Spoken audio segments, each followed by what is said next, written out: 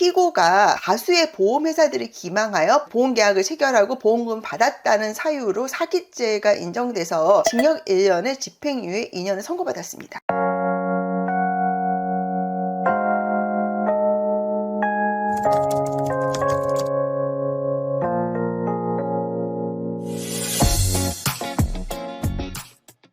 안녕하세요. 최현 변호사입니다. 보험계약을 체결할 때 법원에서도 매우 신중하게 판단을 합니다. 그러니까 2025년 8월에 합의부에서 보험금을 부정하게 취득할 목적으로 다수의 보험을 가입하였다 해서 보험계약을 무효라고 판단한 판결이 있습니다. 피고는 보험계약자입니다. 원고는 보험회사죠. 원고와 보험계약을 체결했는데 이 피고는 원고 외에도 여러 회사와 보험계약을 체결했고요. 특히 입원 일당이 많이 받는 특약을 여러 개를 체결했습니다. 관련해가지고 형사 판결을 받았습니다. 장기간 입원 치료를 한 후 보험금을 편취하였다는 범죄 사실로 유죄 판결을 받고 판결이 확정된 후 원고 보험회사에게 형사 판결의 편취액에 대한 보험금을 반환을 한 사실관계가 있습니다. 보통 이 정도가 되면은 보험회사가 보험계약 무효로 소송을 하거나 그러는데 이 회사는 피고로부터 보험료를 또 계속 납부받았어요. 피고는 이후에도 또 여러 병원에서 치료를 받았는데 여기에 대해서 보험회사는 또 보험금을 지급을 했습니다. 이후에 다시 보험회사가 피고의 보험계약은 부정취득 목적으로 체결한 보험계약으로 무효다 이런 주장을 하면서 보험계약 무효를 주장한 사안입니다. 결론적으로 말씀드리면 재판부는 위 보험계약은 피고가 보험금을 부정하게 취득할 목적으로 체결한 것으로서 민법 제103조의 선량한 풍속 기타 사회질서에 반하는 계약으로서 무효이다. 비록 피고가 형사 판결이 확정된 후에 보험금을 반환했고 반환받은 후에도 보험계약 무효의 해지 주장을 하지 않았다. 보험회사가 형사 판결이 확정된 후에는 보통 보험계약 무효의 해지를 하는데 또 원고는 그런 주장하지 않았습니다. 피고가 계속 보험료를 지급했고 또 이러한 행위가 피고 측에서는 무효 행위를 추인한 거다 이런 주장을 했는데 추인으로 볼 수 없다 이렇게 판단을 한 사례입니다. 판결문을 좀 보도록 하겠습니다. 피고가 다수의 보험회사들이 기망하여 보험계약을 체결하고 보험금을 받았다는 사유로 사기죄가 인정돼서 징역 1년에 집행유예 2년을 선고받았습니다. 근데 이 형사 판결이 확정된 후에 피고는 원고에게 또 그동안 받았던 보험금 4,800만 원 정도를 다시 반환을 했습니다. 반환한 후에도 계속 보험료를 납부해 왔던 거죠. 이 사건에 보면은 원고 보험회사입니다. 피고는 입원 일당 보험금을 부정하게 취득할 목적으로 이 사건 각 보험계약을 체결하였는 바 이 사건 각 보험계약은 선량한 풍속 기타 사회질서에 반하여 민법 제103조에 따라 무효이므로 그 무효 확인을 구한다 이런 소송이죠. 반면 피고는 뭐라고 항변을 했냐면요, 수입이 많았다 이런 주장을 해요. 근데 요건 뒤에 가서 보면은 이거는 주장이고 입증을 못했어요. 추가로 말씀드리면 민법 103조 위반을 주장할 때 계약자의 수입이 상당하다는 게 상당히 중요한 포인트입니다. 본인 수입은 기본이고 배우자의 수입도 사실 좀 고려를 해야 됩니다. 다시 이 사건으로 오겠습니다. 피고는 첫 번째로는 나의 수입이 많았다. 두 번째는 설사 이게 무효라고 하더라도 피고는 이 사건 형사 판결 확정 후인 2016년 3월 30일경 피고가 수령한 보험금을 반환하면서 이 사건 각 보험계약이 계속된다는 원고 직원의 설명에 따라 원고에게 보험금을 반환하고 이 사건 각 보험계약을 유지하기로 하였고 현재까지도 보험료를 납부해 오고 있었고 원고와 피고 사이에 이 사건 각 보험계약의 효력을 유지하면서 유효한 보험계약이 새롭게 체결된 것과 같은 효력을 발생시키는 묵시적인 추인이 이루어졌다 또 이런 주장을 했습니다. 여기에 대해서 이제 법원의 판단을 보겠습니다. 이 부분이 좀 중요한 것 같아요. 소위 요즘에 다수의 보험계약 체결한 게 부정한 보험금 취득 목적으로 무효다 이런 주장들을 많이 하는데 법원의 판단 기준이 무엇인지 되게 잘 나와 있어서 제가 좀 설명을 드리겠습니다. 보험계약자가 다수의 보험계약을 통하여 보험금을 부정 취득할 목적으로 보험계약을 체결한 경우 이러한 보험계약은 민법 제103조 소정의 선량한 풍속 기타 사회질서에 반하여 무효라고 할 것이다. 이러한 부정 취득할 목적으로 다수의 보험계약을 체결하였는지에 관하여는 이를 직접적으로 인정할 증거가 없더라도 보험계약자의 직업 및 재산 상태, 다수의 보험계약 체결 경위, 보험계약의 규모, 보험계약 체결 후의 정황 등 재반 사정에 기하여 그와 같은 목적을 추인할 수 있다. 사실 부정 취득했다는 것을 입증할 만한 직접적인 증거는 찾기가 어렵죠. 재산 등을 통해서 간접적으로 이렇게 추인을 할 수 있다 이런 취지입니다. 이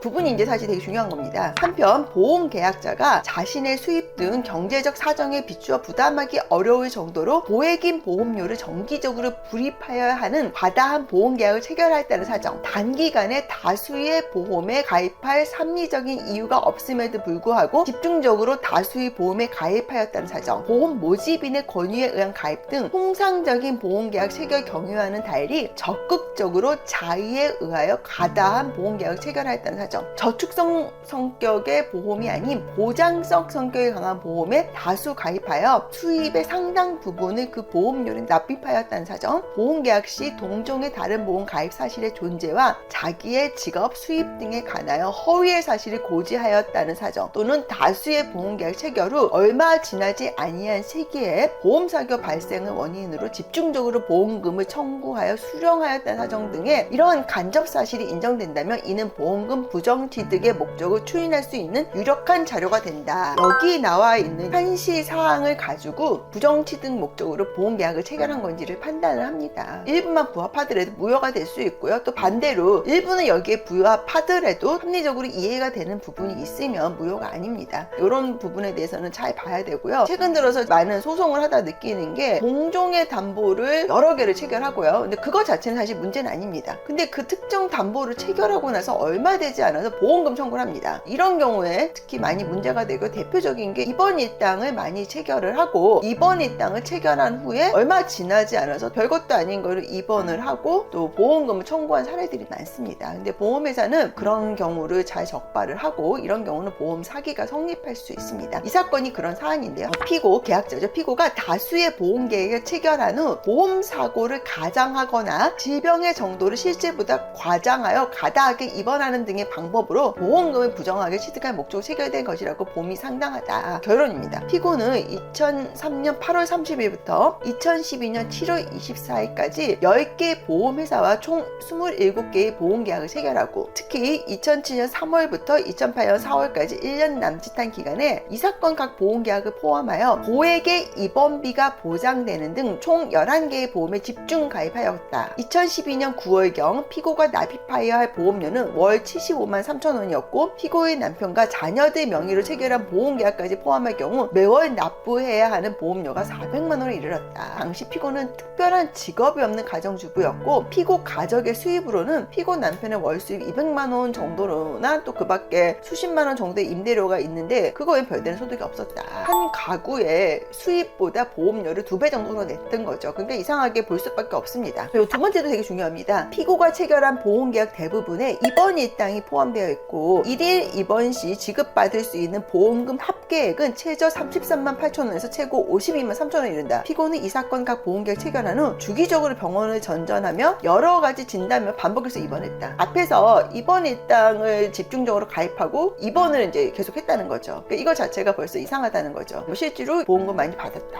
이런 부분도 되게 중요한 것 같아요. 피고는 다른 보험회사랑 보험계약 체결할 때 질문사항이 있지 않습니까? 다른 보험회사에 생명보험, 손해보험 등을 가입하고 있는지에 관한 질문에 아니오라고 답변함으로써 동종의 다른 보험 가입 사실을 허위로 고지하기로 하였다. 이런 거 허위로 고지하시면 안 됩니다. 본인이 오히려 찌르니까 허위로 고지를 하는 거죠. 요것만 보면은 벌써 재판부가 제대로 된 보험계약으로 보기는 어렵다는 정황이 충분히 나오는 것 같고요. 이 사건의 특수한 사정, 피고는 이 사건 형사 판결이 확정되어 보험금을 반납한 후 2017년경부터 수령한 보험금과 관련하여서는 의사의 처방에 따라 입원한 것으로 거짓 또는 과도한 입원이 있었다 볼 수 없다는 취지를 주장하나 이 사건 각 보험계약이 보험금을 부적 취득할 목적 체결된 것인지는 그 보험계약 체결 당시를 기준으로 판단하여야 하므로 피고가 주장하는 사정만으로는 보험계약 체결 당시에 피고의 보험금 부정 취득 목적을 부인하기는 어렵다. 이러한 사유들로 인해서 무효라고 이제 판단을 한 겁니다. 제가 요즘에 보험금 소송을 많이 하다 보면은 민법 103조 위반, 선량한 사회풍속 위반에 대해서 위반하여서 무효라는 주장을 이제 보험회사들이 많이 하고요. 제가 봐도 좀 과도한 경우들이 있습니다. 민사에서 무효가 되는 거는 사실 어떻게 보면은 그냥 경제적인 손실 정도이지만 이런 경우 보험회사들이 반드시 형사로 고소를 하는 경향이 있습니다. 형사를 보면은 사기죄가 공소시효가 10년입니다. 10년 동안 내가 보험금을 부정 취득한 게 모두 편취액이 돼서 편취액이 상당하고 이런 경우에는 사실 실형이 나올 수도 있습니다. 그렇기 때문에 부정 취득 목적으로 보험 가입을 해서는 안 되고 혹시 내가 이런 거로 지금 문제가 되는 경우에는 전문가의 반드시 상담을 받으시기 바랍니다. 오늘 설명드린 내용이 도움이 되었으면 좋겠습니다. 감사합니다.